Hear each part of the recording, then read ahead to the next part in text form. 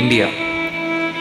ఈ పేరు వినగానే ప్రతి మనిషిలో ఒక తెలియని ఉత్తేజం, ప్రతి మనసులో ఒక తెలియని గర్వం చోటు చేసుకుంటుంది. కానీ ఇప్పుడు పరిస్థితి మారిపోయింది.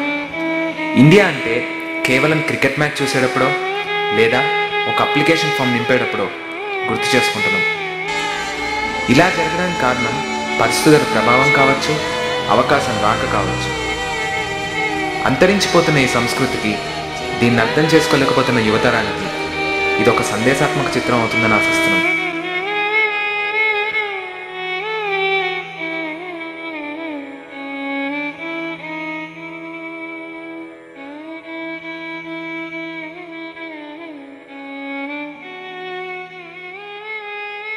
ఇన్ని రోజులు మనం కష్టపడ్డాం. MBA అయిపోయిందిరా.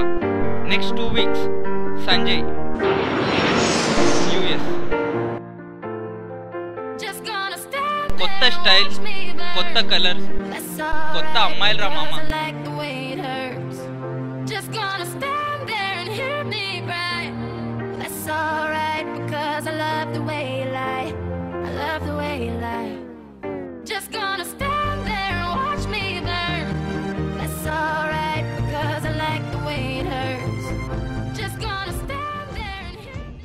ఏముందిరా అక్కడ? ఏముందిరా ఇక్కడ? చూడు, ఇండియా అనేది ఆవకాయ లాంటిదిరా. ఎప్పుడు అదే రంగు, అదే రుచి. చూడు సాయి, అమెరికా అనేది పిజ్జా, బర్గర్ లాంటిది. ఎప్పుడు ఏదో ఒక కొత్త డెవలప్మెంట్, కొత్త ఇన్వెన్షన్. అక్కడ లైఫే వేర్రా సాయి. నా మాట విను, నువ్వు కూడా వచ్చేరా. అక్కడంతా లైఫ్ జిల్ జిల్ జిగా. నీకు ఇప్పుడు అర్థం కాదులేరా. చిన్న చిన్న ఆనందాల కోసం సొంత ఊరిని, సొంత వాళ్ళని వదిలేస్తున్నావు. అరే సతాయించకరా నాన్న. ఇక్కడ ఓన్లీ రైన్, అక్కడ స్నో రైన్. ఒకప్పుడు హాట్ కేక్స్ లో అయిపోయే H1B వీసాలకు ఇప్పుడు డిమాండ్ పడిపోయింది. సాఫ్ట్వేర్ ఉద్యోగులు అమెరికా అంటేనే ఆమడ దూరం అంటున్నారు. 20,000 మంది IT ఉద్యోగులు ఇండియాకి తిరిగి వచ్చేస్తున్నారట. వచ్చేస్తున్నారా ఇండియాకు?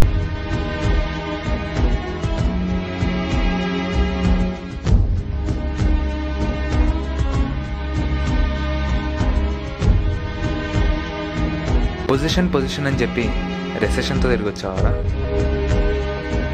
ఇలా జరుగుతుందని ఎక్స్పెక్ట్ చేయలేదు.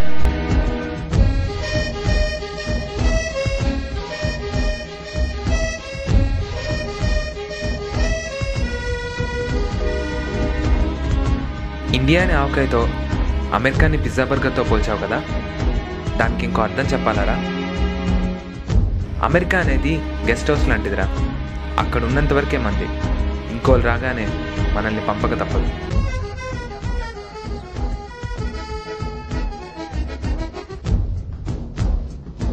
అదే ఇండియా అనేది సొంతిల్లు లాంటిదిరా. ఎంతమంది వచ్చినా నీ స్థానం నీదే, నీ వాల్యూ నీదే.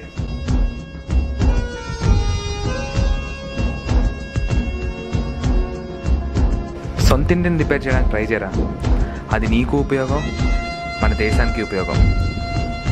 అదే గెస్ట్ హౌస్ని రిపేర్ చేయాలని ట్రై చేస్తే నువ్వు ఒక పనివాడివే అవుతావు తప్ప పనికొచ్చేవాడు కావు.